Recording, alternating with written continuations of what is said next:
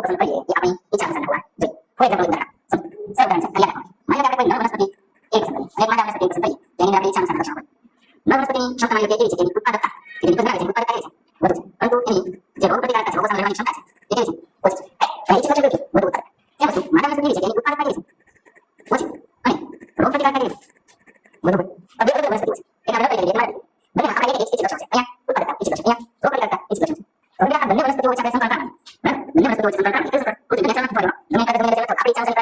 વનસ્પતિ કાગળ આ વનસ્પતિ આપણે બેસી બીજી કોઈ હશે નહીં. લાઈક કૃત્રિમ સંકળાતા અને નવી વનસ્પતિ બની એના રૂપે સંકળાતા. હેલો વિદ્યાર્થી મિત્રો, બાયોસ્ફિયર ઇનસાઇટમાં આપ સૌનું સ્વાગત છે.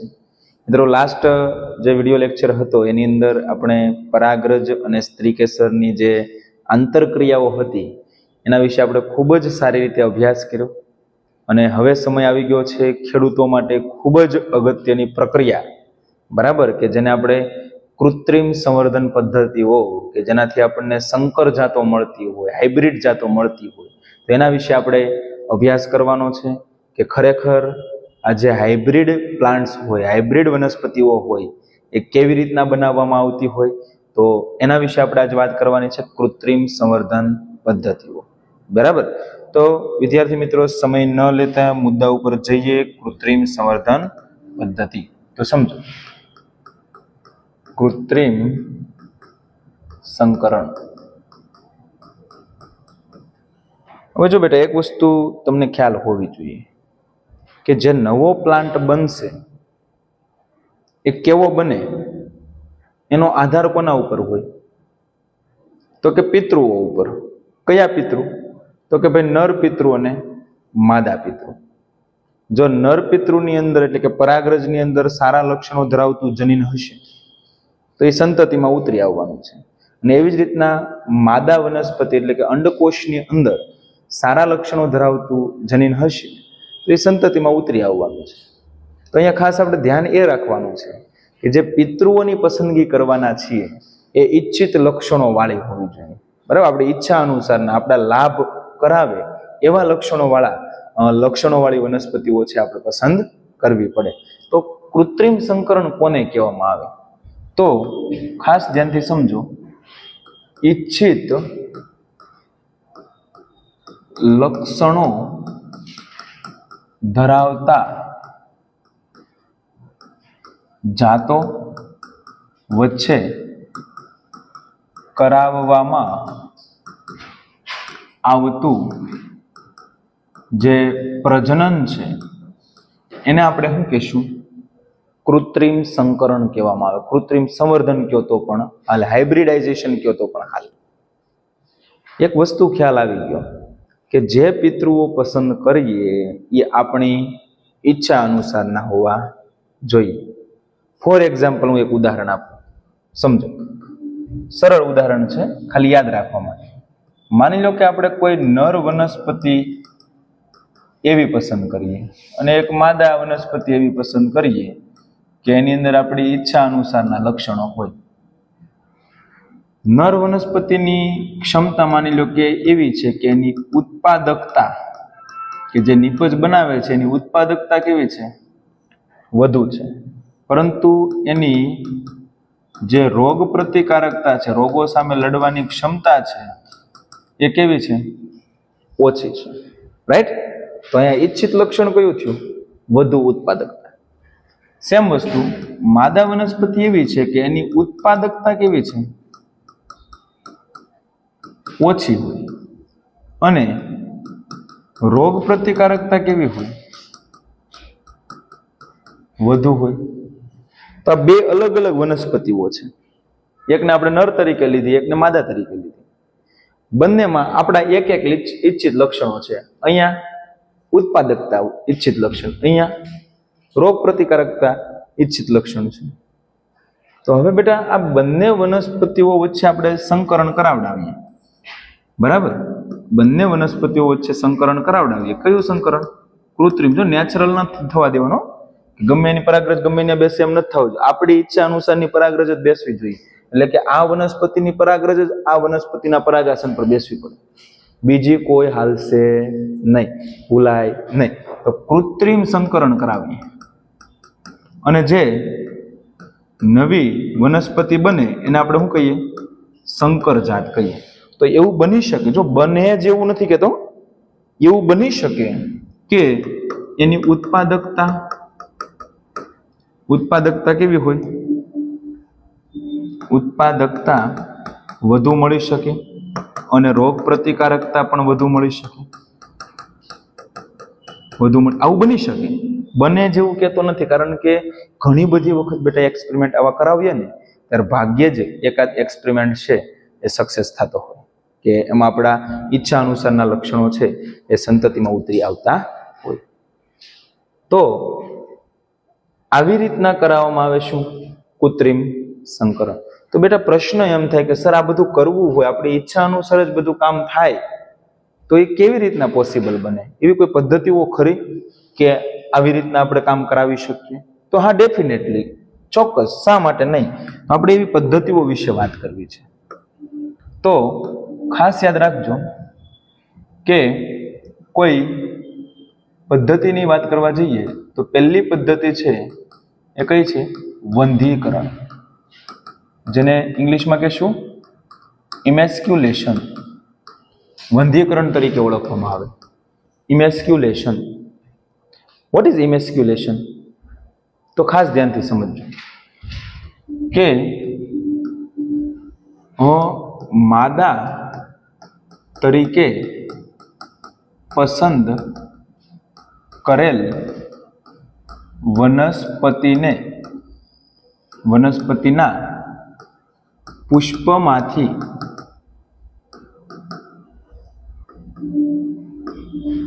પુંકેસર પરિપક્વ બને તે પહેલા